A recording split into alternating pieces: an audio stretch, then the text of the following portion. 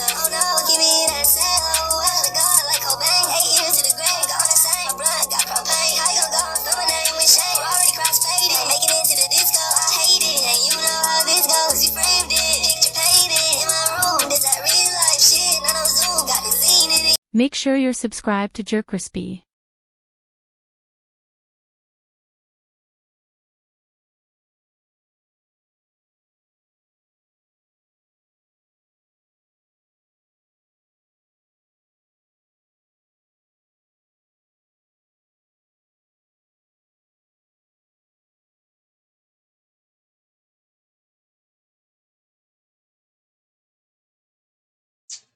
What's up, y'all? It shows the most, does the most. JerCrispy, look back in that video. The greatest Teenage Ninja Turtles movie ever created. Teenage Ninja Turtles, Turtles to have shout to the powers. Run the road to 500. Let's get it.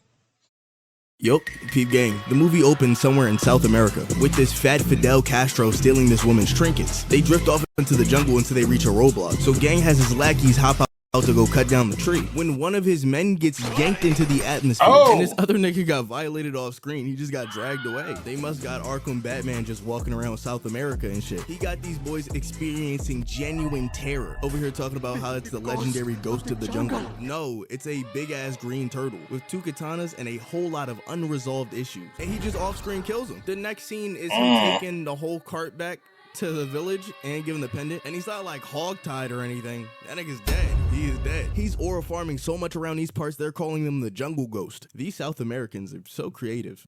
The Jungle Ghost is crazy. Imagine your name is the Jungle Ghost. Who the Jungle Ghost? The Jungle Ghost. He protects the jungle. Like, nigga, I would not be scared of no nigga. Ain't no Jungle the Ghost. That's obviously a big-ass turtle covered with a dirty bedsheet. Either way, April O'Neil, the resident eye candy of the movie, shows up in her Lara Croft attire. She uses the legend to pinpoint where he could be, finds a suspiciously placed random gun in the middle of the jungle. It's crazy, like, how...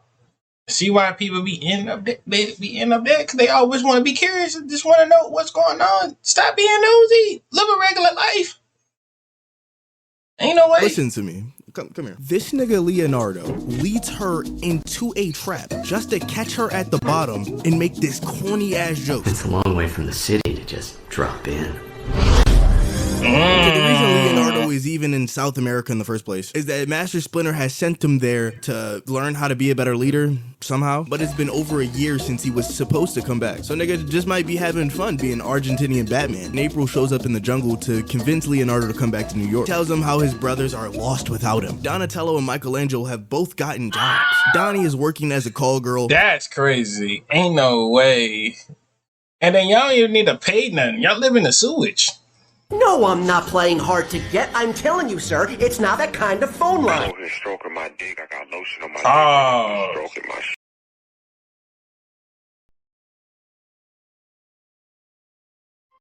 Dada, I got you breakfast. Aren't you good to me?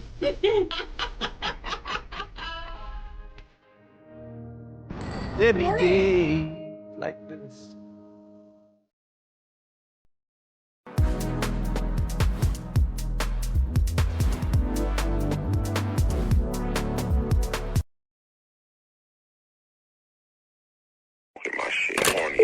And Michelangelo is getting beaten by children like Cat Williams as a birthday party mascot, leaving Raphael to become actual Gotham Batman, riding around on that Yamaha, chaining bank robbers up like Spider-Man. This shit is spectacular. In the middle of their conversation, April blinks once and he fucking disappears. Like, who do you think you are, bro? Remember that shit I said earlier about April O'Neil and the Lara Croft fit? She is literally just Lara Croft in this movie. That's Casey. Fucking Irish Nathan Drake. Cause she's selling these big ass statues to this billionaire. She's been collecting a bunch of them for his little side project or something. And during this whole little interaction, this shit happens. Oh my.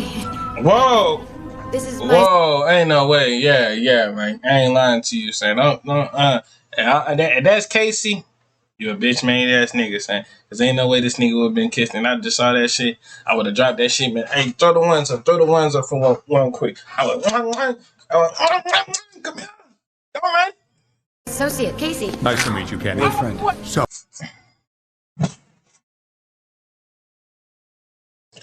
Casey, I know damn well you just ain't get your head tucked. Ain't no way. In the movie, it's kind of crazy too. You get it? The joke is that he's kind of a cuck. Later that evening, the Night Watcher scoops this nigga up from the shadows. Raphael been working the block so long that he's catching repeat offenders. Not again! Didn't I take care of you last week? So while he's been committing the Batman fallacy and throwing his criminals in prison, Leonardo has been fucking with a whole different direction. So later when they link up, all I think about is this. If you know, you know. Casey shows up out of nowhere and Raphael is about to slime bro out. He's about to draw his weapon and knock bro out. But he already knows that Raphael is a Night Watcher. So he takes off the helmet and he's like, how did you know?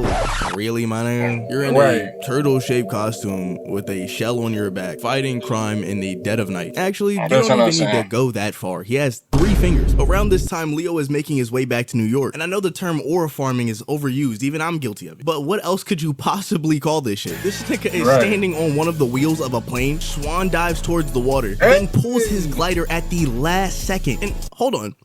Did this nigga have his eyes closed? Oh, nah. Yo, come on. So Leo links back up with the guys, and they're catching up and whatnot. When bro starts talking down on the Night Watcher, because for some reason he doesn't like vigilante justice, this nigga has to be the final boss of hypocrites. Wasn't Ski in a foreign country doing the exact same thing? Literally down to the rope trap tactics. So Raph justifiably presses him. When they see some giant monster out in the distance, getting reverse jumped by a bunch of foot niggas. And despite spending all that time in Argentina, Leonardo can't lead a goddamn thing because they immediately hop in to help the Foot Clan. Almost got backdoored by Karai before swag diving with the entire clan off of this building, leaving the 4 of them to lock in and jump this mutated monkey. A monkey?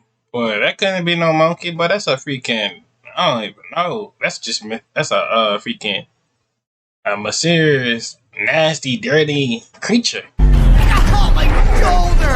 Oh! Absolutely washed. What I will say is impressive durability. They went through like 10 floors? 10 floors and they're still alive? They should be a fine red. Yeah, like, I ain't lying to you. They should like bones. They shoulder bones should be popping up like on some shoulder pads though. Like how you got a tackle and your the jersey be coming up and you see the shoulder pad, that's how they bones should be going up right now. Paste on the ground right now. These boys are so sorry they start screaming and shit. Absolute fraudulence. They get saved by the grace of God as these stone golems pull up squad deep, kidnap this creature under their noses, forcing them to retreat back to the sewers when the cops start showing up. Michelangelo has the nerve to say, I give us a 10 for style, an 8 for skill, and a 2 for stealth.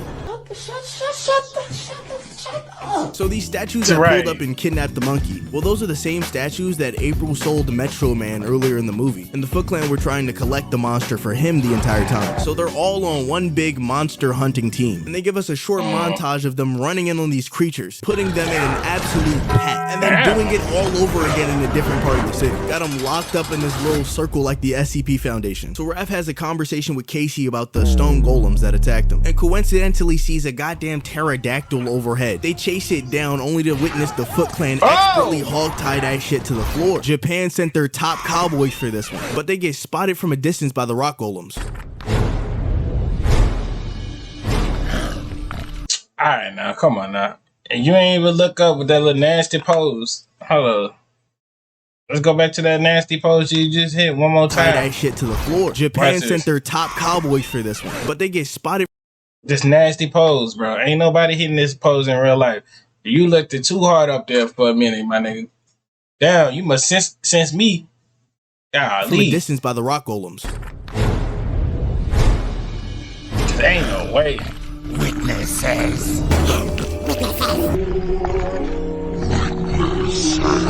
Right, I would have said, who, me? Yeah, as soon as that dude would have did that, I would have had grabbed something out the building. Fop! And when I said, let's go, Casey, and I would have had got to a newer syrup, Casey would have jumped in first.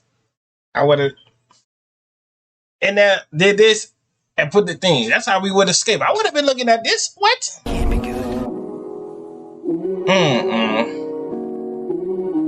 gotta be the least stealthy ninjas I've ever seen in my life. Look at this weak ass smoke bomb. The rock golems be shooting niggas on sight, so they got a tranquilizer off on Raph. Chases him and Casey into this empty room where they immediately get caught because they are incapable of silence and get saved once again by the grace of God in this police helicopter. Casey calls up the guys to cure Raph of whatever poison they put into him, and April feels like it's finally time to reveal the whole plot and gives us some exposition on why Metro Man is even working with these golems. 3,000 years ago, there was this warrior who happened to find a portal to another dimension. The energy from the portal gave Metro Man immortality at the cost of all of his generals turning into the stone golems that they are today. But Metro Man doesn't actually want the immortality. He's had his fill of the cocaine and hookers, and now he just wants to collect all of the monsters, throw them back into the portal, and end it all. But when his stone generals figure that out, they aren't really fine with dying. Now, the portal that they have to throw the monsters back into opens up every 3,000 years. So when Raphael runs into one of them patrolling as a night watcher, you think bro would go through some extra precautions to catch it. But no, it escapes, and Leo snipes him from a rooftop across the street. So he bolts out of the diner, and an absolute peak of a chase scene begins. Leo's using his Tarzan experience from the jungle, while Raph is just stepping on these people.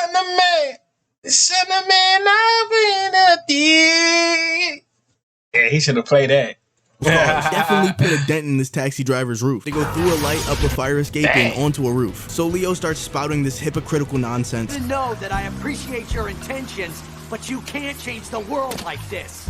Raphael is just fiending to run the fade. Starts swinging on Leo with maximum effort. Really tried to take bro's head off with that first attack, but Gang is getting slipped easily. In fact, Leo has started to clown him while dodging. Wasn't even taking that shit seriously until the Night Watcher threw up his hands. Leo Muhammad Ali weaves all of the punches, flash steps behind bro, and executes a slow motion uppercut. Look how you said you been here, you done this, you took his part for a whole year and you got uppercut like this, Ralph. We gotta do better, man. Farbro lifted him off the ground, got him ascending towards the heavens. This shot knocks off his mask, revealing that Raphael was the Night Watcher the entire time. They rush in and start running the fade, and it looks like they're evenly matched for a while until Raph catches his swords with the side and snaps them bitches in two. Nigga is in so much disbelief that Raph has all the time in the world to get off this spinning, flying knee to the machine. So unexpectedly, Raph won the fight and then runs away like he didn't know what he was doing for some reason. But the literal second that he leaves, Leo gets snuck by the stone golems, who I guess just happened to be nearby. They plan to use Leo to trick Metro Man into believing that he's the 13th monster. Raphael hears some screams in the distance, but he doesn't make it back in time. Slides back to the lair to inform Splinter and get the gang all together. With April O'Neil in this goddamn Kill Bill bodysuit, they all pull up to Metro Man's tower in the middle of the city, using Casey as a distraction at the front door to get over the wall. So all the planets align, and it's time to send those abominations back to the spirit realm. Pod with Leo in it malfunctions because he isn't the 13th monster, and he's confronted with the fact that his own gang slimed him out, while an army of the Foot Clan are in the front gate getting disrespected. They ran on these niggas' heads as a team. I swear to God, crazy. I would drop their pay. They make their way into the room with the portal and rescue Leonardo. For dropping they pay, they ain't getting paid for that whole month. Shit, that'd be in them saying, spare change, sure, spare change. I swear to God. Him some brand new katanas and start having a heart-to-heart when Big Homie got thrown from the second story right in front of their faces. Michelangelo is so unfazed he goes to poke him with a stick, but he just instantly revives, so his immortality goes beyond just old age. So Karai and April link up to go look for the 13th monster while the TMNT squares off against the statue. And what exactly is Donnie gonna do with that stick against these rock creatures? Because the stone golems are coming with some haymakers, but Master Splinter is so confident he tells Metro Man not to step in. Like, what movie are you watching, old man? These niggas are kinda trash. But of course they save last fight to do some type of work. And there's this one scene where Leo gets kicked through this glass display, sees a bunch of swords, and he's like, come to daddy. And then puts them between his ass cheeks like Zorro. But then it immediately cuts to Raph fighting this other guy. It blatantly feels like an entire fight scene was cut. The four of them get cornered while April is leading the 13th monster to the portal. The gang does just enough to get these niggas into the rift. I say just enough, but they pulled one of these like Power Ranger finishers. And it looked like they won, but they didn't win, as the immortal stone creatures are in fact immortal, and they simply reform and laugh in their faces. But April is just in time, leading the 13th monster to the portal and knocking them all back in like Shuddy rolled the strike. Hey.